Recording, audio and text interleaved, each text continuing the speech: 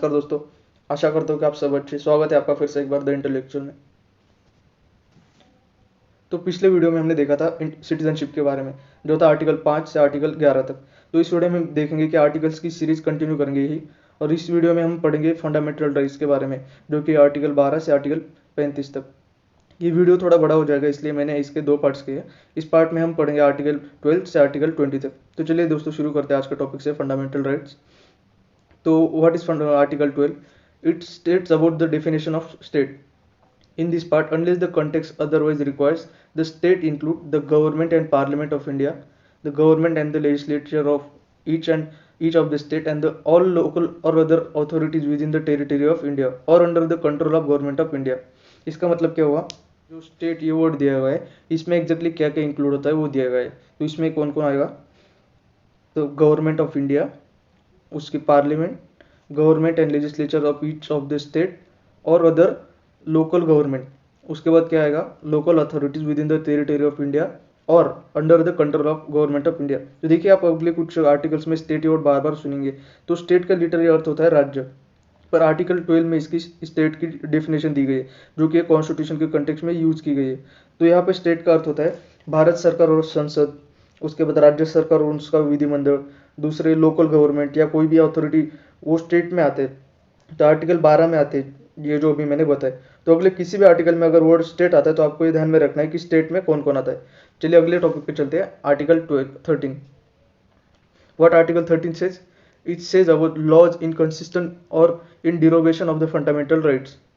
यानी the state shall not make any law which away or breaches the right conferred by this part, and any law made in contravention of this clause shall to the context of the contravention be void. इसका मतलब क्या हुआ? तो देखिए, यहाँ पे state word आ गया, आपने अभी मैंने पिछले आर्टिकल में बताया आपको। तो आर्टिकल 13 के तहत स्टेट यानी यूनियन और स्टेट गवर्नमेंट ऐसा कोई भी लॉ नहीं बना सकती जिससे किसी व्यक्ति के मौलिक अधिकारों को ठेस पहुंचे या उसे अपने राइट से वंचित रखा जाए। और अगर ऐसा कोई लॉ बनता भी है तो उसे वाइड माना जाएगा, यानी रद्द कर दिया जाएगा। तो ये कौन चेक करेगा कि यहाँ पे मौलिक अधिकारों को छीना जा रहा है? तो इसका भी प्रोविजन कॉन्स्टिट्यूशन में। अगर गवर्नमेंट ऐसा कोई बिल पास करती है तो उसे जांचने की, उसमें संशोधन करने की और उसमें रिकमेंडेशन करने की और यहाँ तक रद्द करने तक के सभी अधिकार जो होते हैं वो सुप्रीम कोर्ट के पास होते हैं। देखिए, भारत में जो है वो लोकशाही है और ऐसे लॉज जनरली नहीं बनते। तो चलिए अगले आर्टिकल पे चलते हैं, article 14। What article 14 says? It says about equality before the law. See, state shall not deny to any person equality before the law or the equal protection of the law within the territory of India. तो देखिए, article 14 से सही मायने से मौलिक अधिकार शुरू होते हैं। तो देखिए ये आर्टिकल क्या कहता है। मैं आपको एक बात बता दूं, अगर आप में से कोई हिंदी मीडियम से परीक्षा दे रहा है तो आपके प्रश्न पत्र में अनुच्छेद दिया होगा, ना कि आर्टिकल। तो ये बात ध्यान में रखनी है, इसमें कंफ्यूज नहीं होना है। देखिए आर्टिकल 14 कैसे कहता है। तो भारतीय संविधान के अनुच्छेद 14 के तहत भारत के सभी नागरिक जो है वो कायदे के समान है, यानी कि सभी इक्वल है, चाहे वो भारत के राष्ट्रपति हो या कोई भी फुटपाथ पर रहने वाला हो। हर भारतीय व्यक्ति को एक समान ट्रीट किया जाएगा, कोई भी ऊपर नहीं और कोई भी नीचे नहीं।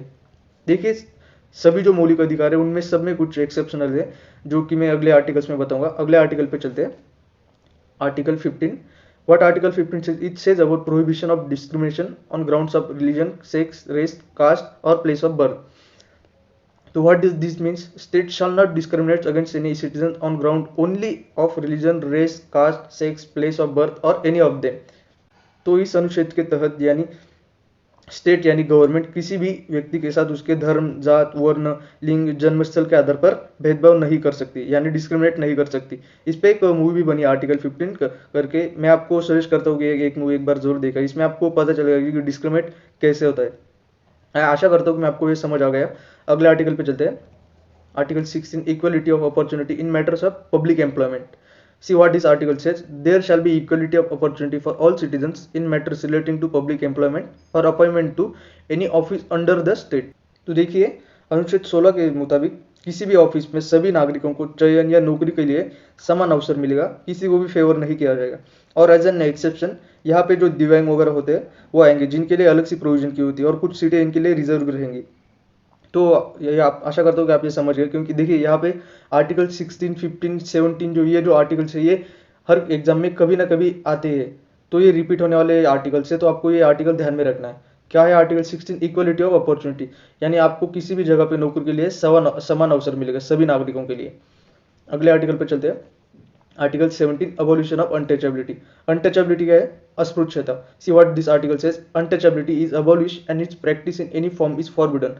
The informants of any disability arising out of untouchability shall be an offence punishable in accordance with the law. देखिए 90s के दशक में जैसे कि पहले समाज में अस्पृश्यता की परंपरा होती थी, जिसे कि कॉन्स्टिट्यूशनली अबॉलिश कर दिया। अस्पृश्यता में क्या होता था, अगर आप कोई पर्टिकुलर कास्ट से लोअर कास्ट से, तो आपको अपर कास्ट वाले जो होते हैं ब्राह्मण्स वगैरह, उनके अगर कुएं में अगर पानी ले लिया तो आपको अस्पृश्य यानी कि गांव से बाहर निकाल दिया जाएगा। उसके बाद आप किसी ब्राह्मण के घर नहीं जा सकते थे, आपको गांव से अलग रखा जाता था।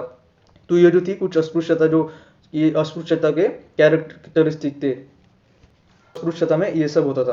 तो इसे कॉन्स्टिट्यूशनली आर्टिकल 17 के अब अबोलिश कर दिया गया। तो देखिए बस ये इसके, तो देखिए अगर कोई व्यक्ति अस्पृश्यता की परंपरा का सामाजिक तौर पर बनाए रखता है तो ये कानूनी अपराध होगा और वो व्यक्ति कानूनी कार्रवाई के लिए उत्तरदायी होगा। और अगर कोई व्यक्ति किसी व्यक्ति को अपने कुएं से पानी वगैरह नहीं लेने देता या उसे जातिवादक शब्द से किसी दूसरे व्यक्ति को ठेस पहुंचती हो, तो इन सब पर कानूनन पाबंदी है। अगर आपने मांझी द माउंटेन मैन ये मूवी देखी होगी तो उसमें भी इसका उल्लेख है। अगले आर्टिकल पे चलते हैं, article 18। What Article 18 says? It says abolition of titles. No title not being a military or academic distinction shall be conferred by the state. यानी कि मिलिट्री और अकेडमिक जो टाइटल्स होते हैं उनको छोड़ के कोई भी तरह का उपाधि, टाइटल्स में उपाधि नहीं दी जाएगी स्टेट की तरफ से। जैसे कि देखिए ब्रिटिश पीरियड में बहुत से टाइटल दिए जाते थे, जैसे कि अभी आप मान लीजिए राय बहादुर, राव साहब जैसी उपाधि दी जाती थी, जो कि समाज में एक स्तर निर्माण करती थी। जैसे कि जिसके पास ये उपाधि हुई वो समाज में उच्च स्थान पे रहते थे। मगर अब ऐसा नहीं है, यानी अभी आर्टिकल 14 के तहत इक्वलिटी बिफोर लॉ है, यानी कोई भी व्यक्ति सर्वश्रेष्ठ या निम्न नहीं है। इनमें एक और प्रावधान है, जो कि भारत का कोई भी नागरिक किसी विदेशी राज्य की से भी कोई भी उपाधि स्वीकार नहीं कर सकेगा। अगले आर्टिकल पे चलते हैं, article 19 protection of certain rights regarding freedom of speech etcetera. तो देखिए ये आर्टिकल सबसे इंपॉर्टेंट है, कॉन्स्टिट्यूशन का सबसे इंपॉर्टेंट आर्टिकल है। इसे आप हार्ट और सोल भी कह सकते हैं कॉन्स्टिट्यूशन का। तो देखिए इस आर्टिकल में क्या है, all citizen shall have the right to freedom of speech and expression. यानी आपको व्यक्ति और अभिव्यक्ति की स्वतंत्रता मिलेगी, आप कहीं भी आप बात कर सकते हो, आपको बात करने की स्वतंत्र है। तो अभी मैं आपको ये बता इसके सब पॉइंट बताने के बाद इसके जो एक्सेप्शन है वो भी बताऊंगा, पहले ये समझ लेते हैं। दूसरा प्रावधान क्या है, to assemble peacefully and without arm. आप एक जगह पे इकट्ठे हो सकते हो अपने दोस्तों के साथ ग्रुप में, बट इसके जो एक्सेप्शन है वो में क्या आता है, विदाउट आर्म्स। आप किसी भी तरह का हथियार वगैरह जो शांति भंग करने के प्रावधान से ली गए हो तो आप वो नहीं ले जा सकते, आप कहीं पे भी आर्म्स वगैरह लेके, हथियार लेके जमा नहीं हो सकते। अगला क्या है, टू फॉर्म एसोसिएशंस और यूनियंस और कोऑपरेटिव सोसाइटीज। आपको एक कोऑपरेटिव सोसाइटी अगले कुछ आर्टिकल्स में पता चल जाएगा। तो आप एसोसिएशंस अपनी खुद की जो होती है ना संगम या संघ बना सकते हैं। तो आर्टिकल 19 के पॉइंट सी के तहत आप फॉर्म एसोसिएशन वगैरह फॉर्म कर सकते हो। अगला क्या है, to move freely throughout the territory of India. आप भारत के राज्य क्षेत्र में सर्वत्र आभार संचरण का कर सकते हो, मतलब आप भारत की जो टेरिटरी है कहीं भी घूम सकते हो। अगला क्या है, to reside and settle in any part of the territory of India. आप भारत के राज्य क्षेत्र जो किसी भी भाग में निवास कर सकते हो और बस जा सकते हो, मतलब यानी कि आप वहाँ पे रह सकते हो परमानेंटली, टेम्पररी। आई होप कि आपको ये समझ आएगा। और अगला जो लास्ट का है जो है वो है practice and profession to carry on any occupation, trade और बिजनेस। इसका क्या अर्थ हो गया, कोई व्यक्ति उपजीविका, व्यापार या कारोबार करने का अधिकार होगा, किसी भी व्यक्ति को अधिकार होगा किसका, व्यापार करने का, ट्रेडिंग वगैरह, कहीं पे अपना उद्योग शुरू करने का, किसी भी जगह पे भारत की टेरिटरी में। अभी मैंने आपको बताया एक्सेप्शंस, तो उसके एक्सेप्शन है कि आप किसी दूसरे की स्वतंत्रता को ठेस पहुंचे ऐसा नहीं कर सकते। दूसरा, आप यानी कुछ हथियार वगैरह लेकर नहीं घूम सकते, ना ही आप कहीं पे भड़काऊ भाषण दे सकते हैं जिससे दूसरों की स्वतंत्रता या जो देश के इंटरनेशनल रिलेशंस होते हैं वो धोखे में आ जाए, वो आप नहीं कर सकते। तो और आखिरी, आप भारत के उन जगहों पर नहीं जा सकते जहाँ पे पाबंदी है, यानी वो किसी पर्टिकुलर ट्राइब के लिए रिजर्व हो। तो ये बातें आपको ध्यान में रखनी है। अगले आर्टिकल पे चलते हैं, article 20। What Article 20 says? Protection in respect of conviction for offense. See, no person shall be convicted of any offense except for violation of a law in force at the time of commission of the act charged as an offense, nor be subjected to a penalty greater than that which might have been inflicted under the law in force at the time of the commission of the offenses. समझा नहीं समझे, मैं आपको समझाता हूँ।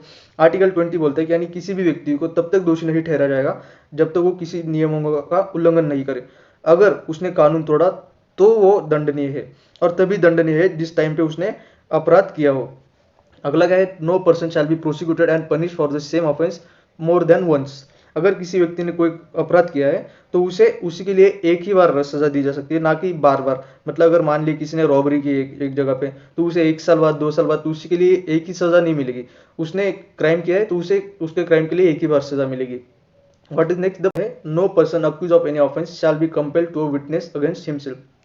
यानी आप किसी भी व्यक्ति को अभियुक्त किसी व्यक्ति को स्वयं अपने विरुद्ध साक्षी होने के लिए बाध्य नहीं कर सकते।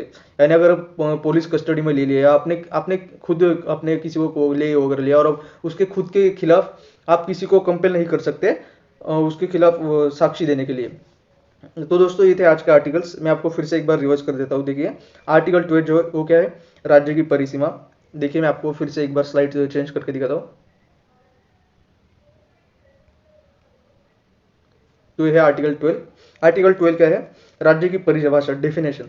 अब आर्टिकल 13 क्या है, अगर स्टेट ऐसा कोई भी कानून नहीं ला सकती जो मौलिक अधिकारों को हानि पहुंचाता है। अगर लाती है तो सुप्रीम कोर्ट उसे रद्द कर देगा, यानी वाइड कर देगा। आर्टिकल 4 क्या है, इक्वलिटी बिफोर द लॉ, यानी कायदे के सामने सभी लोग समान है।